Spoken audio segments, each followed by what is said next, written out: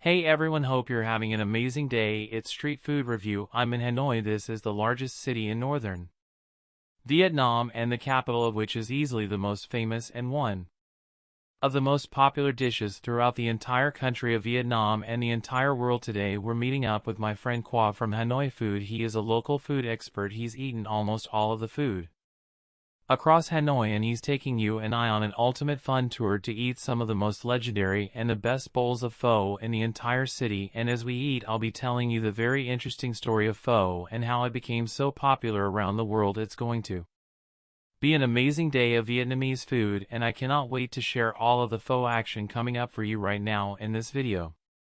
Yes, good morning from Hanoi. So happy to be back in this city. I was here, I think it's probably been 8 or 9 years since my last trip to Hanoi, and I love the food, and of course the pho here is incredible. But about fun, it was invented recently in the late 19th century or the early 20th century. Some of the details are not fully clear, but it's a relatively new invention of Vietnamese food, and yet now it is the most worldwide famous Vietnamese dish, and in Vietnam it's probably one of the most popular dishes. You'll see it on almost every single corner, from street food to restaurant, and throughout the entire country. So being a recent addition to the entire repertoire of Vietnamese food, how did it become so famous and become so recognizable? Well, we're going to learn. I'm going to tell you the entire story, and we're going to learn about the history of in this video. But first, let's go eat our first ball. We are hanging out today with Koa from Hanoi Food. Koa, thank you. Very nice to meet you. Nice to meet you. How long have you been making videos? About 3 or 4 years. Oh, okay, so he is an expert of the food in Hanoi, and so we are in very good hands. Where's the first place that we are starting today? This one, Mike. Yes, I can smell the aroma of the broth just filling this entire intersection. We're here early in the morning at 6:30 a.m. They're just now starting to get busy. I think they just opened, but yeah, already people are starting to just pour in for a bowl of breakfast. Pho is unique in that it is a single bone broth, so if it's beef, it's just only from the bones of the beef, and it's so clean, so pure, you could just see your aroma coming out of there, the cinnamon and star anise aroma. We got what I think is kind of a mixture of the beef they have. I think that's what they're famous for, is 2 types of beef. It's that kind of boiled beef already, which is pretty fatty and very thinly sliced, plus some of the red meat beef, which she just kind of quickly blanches in the broth and then adds to the top of your bowl. One of the things that you'll notice here is not only the broth, but the noodles, which they said are handmade. The noodles are high quality. I just want to taste that broth first, because the broth is really one of the foundations of all bowls of not sweet, yes, but natural sweetness. I think the sweetness is coming from the bone, from the marrow that's just seeped out into the broth. Oh yeah, very good. Wow, that's incredible. That's so good. Yeah, okay, so here we go, that mixture of beef. But before, I want to taste the noodles next. Yeah, the noodles taste very fresh. You can tell that they're quality noodles. Okay, I'm gonna do a little bit of seasoning. Yeah, pepper, okay, chilies, and then you need to have a squeeze of lime juice. Look at how fatty this thin sliced beef is. This is one of their specialties here, really thin sliced beef with the fat on it. Well, oh wow, oh, the fatty beef, it's so good. You can really taste the flavor of the fat of that beef. It's so beefy, so oily, so much flavor, oh man, and it melts in your mouth. Maybe try a little bit of this chili, Josh. I love how they add on a few just whole green onions. Okay, wow, so crispy and so much flavor that comes out of it. But one of the things about northern Vietnamese is that they use less herbs and less seasonings than other parts of Vietnam. Oh man, that was just unbelievably satisfying. Our first bowl of pho today on this ultimate pho tour, and they said they've been open here in this same place since 1982. Before we head to our next bowl, of a quick history about pho, and again it just dates back. It was invented in the late 19th century or the early 20th century. There's not an exact detail of how pho was invented or how it came about, even how it got its name, but one thing is pretty certain, is that it originates from Nam Dinh province, which is about 100 kilometers south of Hanoi, but still in northern Vietnam. And as this story goes, locally there was a dish there made with water buffalo and herbs and rice vermicelli, but in 1898 French colonists started a textile plant in Nam Dinh, and the locals in the area saw an opportunity.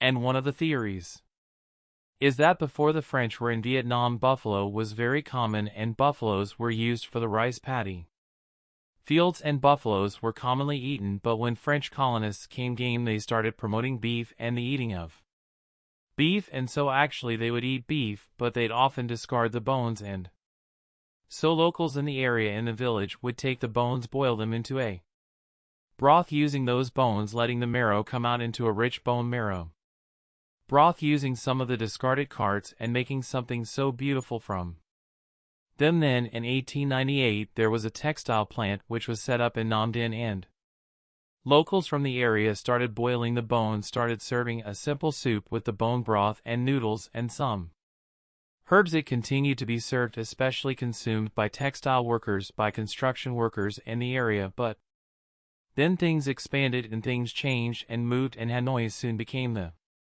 capital and the center of pho in Vietnam, but we'll find out more about that after we go eat our next ball. Let's go. Music. What is the next spot? The next part is one of the most famous in Vietnam and everyone in the world knows.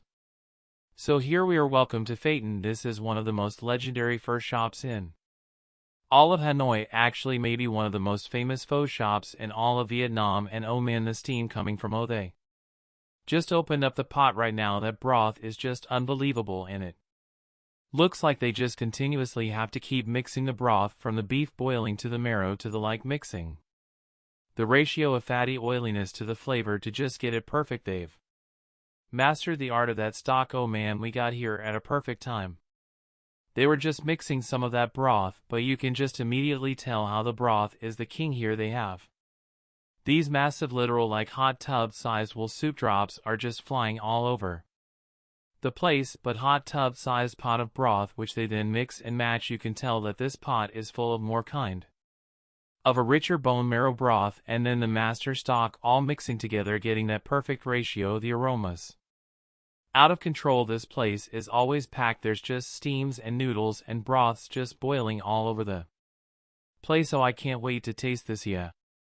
We are sitting down for our second bowl of pho, and you can immediately see that this is a totally different style of the beef. Smells totally different, the broth smells totally different, and they're just action-packed and so busy, and you can see that the beef at the other place we went to, they cook the beef, they boil the beef, but here the beef is already cooked. Here's a very different from the first one. A lot of onion, a lot of onion. Yes, it is a special here, and I think also here the beef is, instead of being boiled, blanched in the broth, it's actually stir-fried. Yes, they stir-fry the beef in the back, then bring it to the front, and when they make it, then they blanch the noodles, then they put it to your bowl, then they add on a big handful of the stir-fried beef and a huge handful, an overheaping handful of mostly green onions, which are sliced in a really unique way, kind of like diagonally cut to bring out their flavor, and then the broth goes on. Wow, have you tried the broth first? Oh wow, it has more of a smoky. You taste the stir-fry. Yes, stir-fry flavor. The stir-frying of the beef really gives it a different taste from the other version that we had. It's a more strong taste. Here we've got the thin noodles, we've got all that beef on top. What's up? Very soft. Yeah. The seasonings, I'll try a little bit of the chili sauce. Wow, a little bit of a spice and a little bit of extra saltiness. I think in that chili sauce something else unique on the table we have here. What is this got? I usually use this one, and why is when you come here, yeah, so it's boiled egg. You can eat the just blanch, only just cooked in the hot broth, and you take the whole yolk in one bite. Yes, what a move, one bite. Andy Shaw, amazing. Yeah, that just liquefies.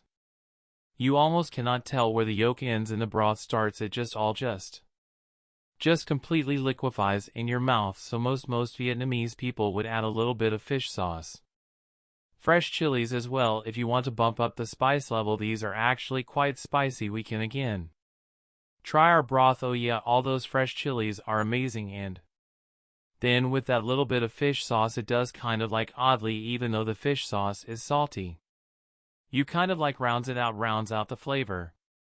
The fried dough sticks. This is traditional, the fried dough sticks, and you put it into your brows. You can put it into your broth, into your foot, soak it, let it absorb, and you put it down to the waiter so that it absorbs all the broth, and it became sharp this weekend. Shut up. Okay, yeah.